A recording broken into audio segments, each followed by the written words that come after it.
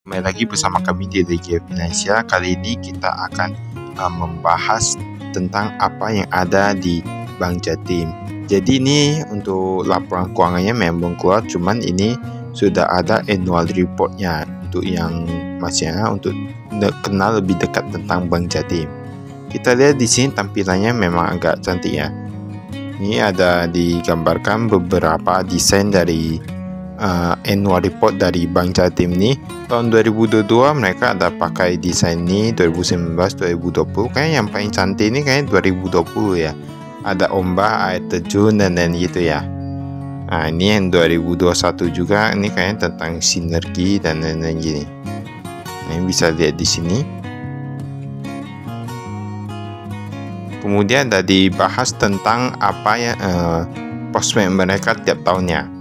Tahun lalu mereka ada membahas tentang modernisasi layanan untuk peningkatan pertumbuhan bisnis. Jadi mereka fokusnya di sana untuk yang tahun lalu 2022. Kemudian yang 2021 itu pengembangan bisnis yang konsisten melalui sinergi. 2020 menghadapi tantangan menciptakan peluang. Nah itu pas COVID ya itu ya. Mungkin pas COVID mereka melihat itu ada sebuah tantangan tapi ada peluang di dalamnya. Ini ada isi dari untuk laporan kali ini. Nah ini produk dan jasanya, ada simpanan, kredit konsumer, kredit menengah dan korporasi. Tapi ini memang kalau untuk perusahaan-perusahaan besar ini rata-rata desainnya bagus-bagus ya. Kita lihat dari sini. Nah ini ada dibahas tentang alamat kantor pusatnya, ada di Jalan Basuki Rahmat 98-104 Surabaya. Nah namanya Jawa Timur ya, Jawa Timur ibu kotanya Surabaya, jadi ya di Surabaya. Kepemilikan saham ada Pemda tingkat 1 provinsi 51%, 38 Pemda kabupaten atau kota 28%, sisanya masyarakat. Berarti rata-rata pemegang sahamnya itu pemerintah ya. Ya ini mungkin karena dia lebih kepada bank umum atau gimana ya, maksudnya dia untuk yang kawasan sebuah provinsi. Jadi rata-rata itu pemerintah yang pegang. Ini di sini ada memiliki infrastruktur teknologi perbankan digital yang cukup memadai untuk bersaing dengan industri. Ini ada desainnya Bank Jatim. Tingkat pemodalan bank yang relatif tinggi. Nah ini kita lihat untuk yang kinerjanya. Kinerjanya yang kredit komersial dan korporasi untuk yang tahun 2023 meningkat 6,8% dari 2022. Kemudian ada kredit konsumer tahun 2023 sebesar 30,26 triliun, artinya meningkat 9,23% dibandingkan dengan 2022. Hal ini berarti terjadi peningkatannya untuk kreditnya. Karena setahu kami penerima utama dari bank itu memang dari kreditnya.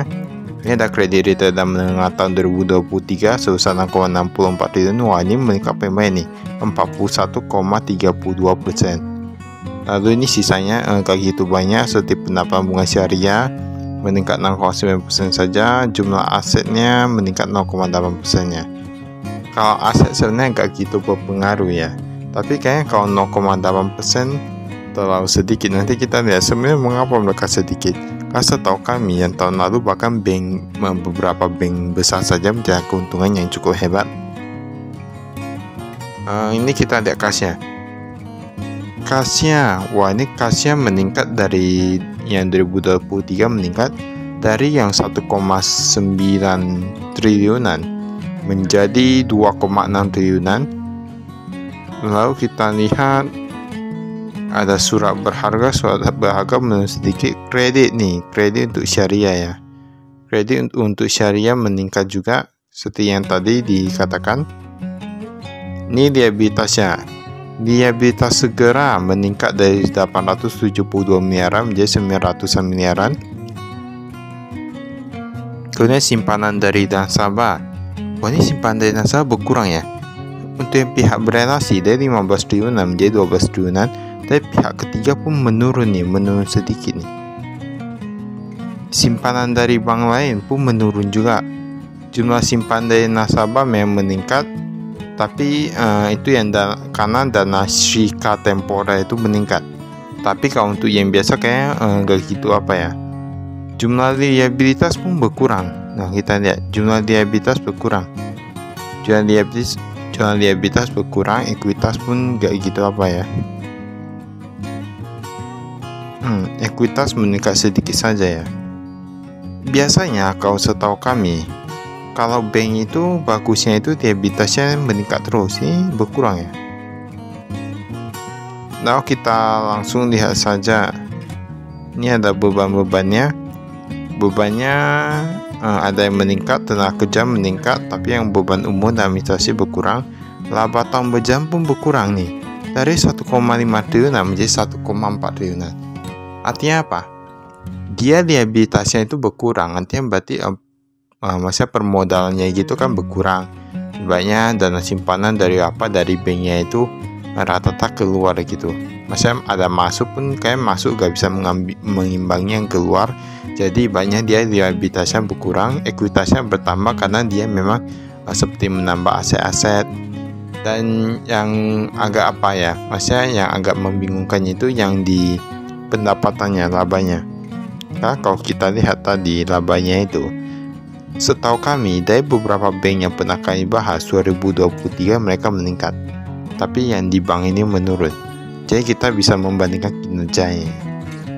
Kalau kinerja menurun ya sudah tahu ya, karena bank itu harus kita lihat dengan bank-bank lain, karena saling berhubungan. Misalnya kalau nggak mau pakai bank ini, pakai bank itu. Nah jadi perlu kita lihat. Ini grafik volume perdagangan saham Bank Jatim. Ini volume nggak gitu kita lihat ya, karena kita kan bahasnya tentang yang masa keuangan perusahaan yang realnya gitu ya.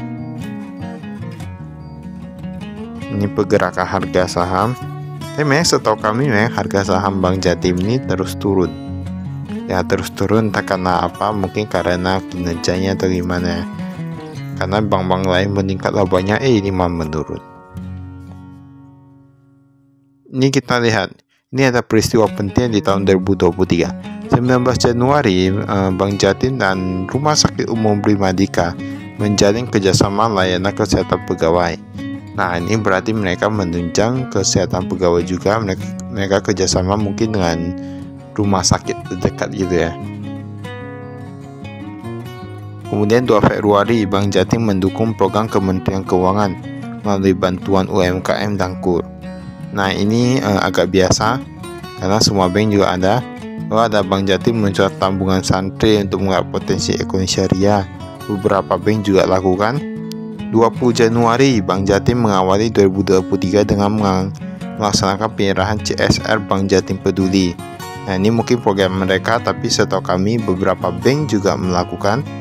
8 Maret, Bank Jatim menandatangani perjanjian kerjasama sinergi bisnis dengan Bank NTB Syariah sebagai langkah memperkuat layanan syariah. Ini cukup bagus karena mereka mau tingkatkan syariah. Bank Jatim mendukung misi dagang pemerintah Jawa Timur dan Kalimantan Timur. Bank-bank lain juga. Bank Jatim meraih penghargaan aset-aset kelas PTSCIS. Oh, ini mungkin agak cukup bagus ya. 12 April mereka ada bagikan dividen untuk meningkatkan kinerja bank.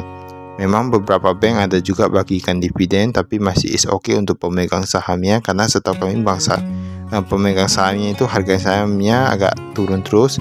Jadi bagus lah, misalnya kalau kasih dividennya. Menghargai kepentingan investor juga. Ini Bank Jatim menerangkan Pulau Kangean lewat CSR PJU Solose. Nah, ini bagus nih. Berarti mereka berkontribusi terhadap kesejahteraan masyarakat. Karena setahu kami agak menyukai perusahaan-perusahaan yang banyak memberikan bantuan kepada masyarakat. Karena gimana? Ketika kita memberi, maka kita juga akan menerima. Artinya mereka bisa mendapatkan pahala yang lebih besar. Ini ada Bank Jatim dan UNESA tanda tangani MOU di bidang bisnis dan akademis. Is okay. Bank Jatim meraih penghargaan dalam ajang Indonesia Financial Top Leader Awards 2023. Kayaknya bukan Bank Jatim aja ya. Ini Bank Jatim menyelenggarakan Town Hall Meeting Syariah untuk memperkuat kinerja syariah. Kayaknya program biasa juga. 21 Mei PT NH Sentosa Indonesia sukses ekspor jahe ke 4 negara, mendapatkan dukungan penuh Bank Jatim. Nah, ini bagus nih. Ibaratnya membantu UMKM lokal untuk menjadi lebih go internasional. Mengapa mereka bisa bantu kayak gitu? Karena banyak kalau perusahaan kecil itu kan nggak gitu angku ya, nggak gitu sombong. Jadi mereka kita bisa bantu mereka ketika mereka industrinya tetap bertumbuh, manajernya bagus, perusahaannya bagus, mereka bisa menjadi big company, dan big company mereka tentunya akan mengingat jasa kita. Nah, ini cukup bagus ya. Bank Jatim menjalin kerjasama dan Kejaksaan Tinggi Provinsi Jawa Timur. Kan beberapa bank juga gitu. 20 September Bank Jatim meraih penghargaan ECIAII 2023 penerapan 5 pilar transformasi. Nah, ini cukup oke. Bank Jatim meraih penghargaan apresiasi atas peresmian Trans Jatim Corridor. Nah, ini namanya dia bank provinsi ya. Jadi ya otomatis ini yang di provinsi sendiri. Bank Jatim menjual G-Connect Pro dan semarak ulang tahun ke-62. Ya, ini kalau aplikasinya ada di bank lain, nah sama juga ya, tapi oke juga. Bank Jatim meraih penghargaan Infobank Award 2023 atas kinerja terus positif. Kayak perusahaan lain juga ada, tapi masih bagus lah. Bank Jatim menunjukkan banking leveraging modal untuk menekan kinerja unit usaha syariah. Kayak mereka lebih fokus ke syariah ya. Tapi bagus lah kalau misalnya dapat pasarnya, bisa mencoba mengambil pasar dari BRIS ya. Tapi setahu kami BRIS itu kuat. 18 September Bank Jatim meraih top 50 emiten terbaik. Nah, ini tidak semua emiten bisa, jadi agak cukup bagus. Bank Jatim menyerahkan CSR dan branding Pandai Pasar Induk Among Tani, memperingati Hari Jadi Kota Batu. Ini oke lah.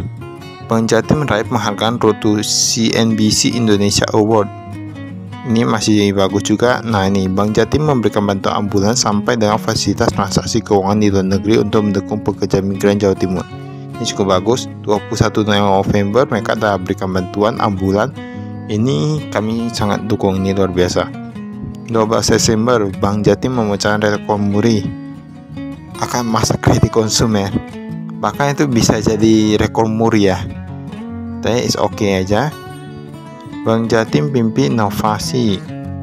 Ini Bank Jatim meraih juara 1 Annual Report Awards 2022. Ini kan udah lewat ya, tapi ya bagus lah, bagus. Jokowi meriahkan peresmian pasar induk Among Tani dan dukungan OTN dari Bank Jatim. Kan beberapa perusahaan kayaknya juga ikut ya. Saya nggak tahu lah ini ya. Ya, ini sih ya bagus juga. Unit usaha syariah Bank Jatim memperoleh 3 penghargaan sekaligus dalam BPKH Award 2023. Nah, ini bagus. Ini kayaknya mereka yang fokus ke syariah. Bank Jatim menjalin kerjasama dengan Bank Lampung. Nah, ini cukup bagus karena bisa memperkuat lini bisnis dengan memperluas relasi dengan bank-bank di sekitarnya. Jadi bisa banyak transaksi keuangannya lebih oke. Nah, ini nih, ada yang kenal nggak? Ini dari Bank Jatim. Mungkin modelnya ya. Nah, tahu yang kerja di Bank Jatim, tahu ini siapa? Nah, ini laporan direksi dan dewan komisaris. Nah, ini nih. Kebanyakan perusahaan besar kalau mereka taruh sesuatu di majalah mereka atau apa, mengapa selalu ada taruh foto wanita cantik? Nah, mungkin sebenarnya bukan taruh foto wanita cantik ya, mereka selalu pilih banyak pria cowok yang tampan dan wanita yang cantik, jadi mungkin bisa mempercantik halaman atau gimana gitu ya. Rata-rata kami lihat perusahaan besar tetap cari yang kayak gitu. Tapi sebenarnya oke lah, cukup bagus. Ini yang direksinya, direktur utamanya ada Pak Busrul Iman. Nah, kenal nggak? Nah, kenal dulu dengan Pak Busrul Iman, direkturnya. Ini di sini ada disampaikan untuk suku bunganya. Memang sebenarnya gini ya. Hal yang paling membuat perbedaan antara bank konvensional dengan bank digital, kami akan bahas. Bank digital kami temukan, bahkan tabungannya itu dia bisa menawarkan sampai 3% untuk tabungan saja. Jadi kemungkinan besar rata-rata orang yang simpan uang di bank konvensional akan mulai beralih ke bank digital. Cuma masalahnya bank digital itu yang mereka takutkan yaitu keamanannya, keamanan uangnya. Nah, beberapa orang yang takut dengan itu. Tapi kalau kita lihat memang bunganya itu besar loh. ini cuma tawarkan 0,0, berapa sampai 1% untuk tabungan, tapi bank di kita bisa lebih banyak. Kemudian untuk yang deposito kita bisa bandingkan, memang lebih baik yang bank digital, lebih banyak bunganya. Tapi kita lihat ya, memang ada plus minusnya dari beberapa sisi. Oke, tentukan pilihannya sesuai yang gimana profile reaksinya gimana itu. Ini sistem pengendalian internal. Baiklah, itu saya dari kami. Sekian dan terima kasih. Saya investasi.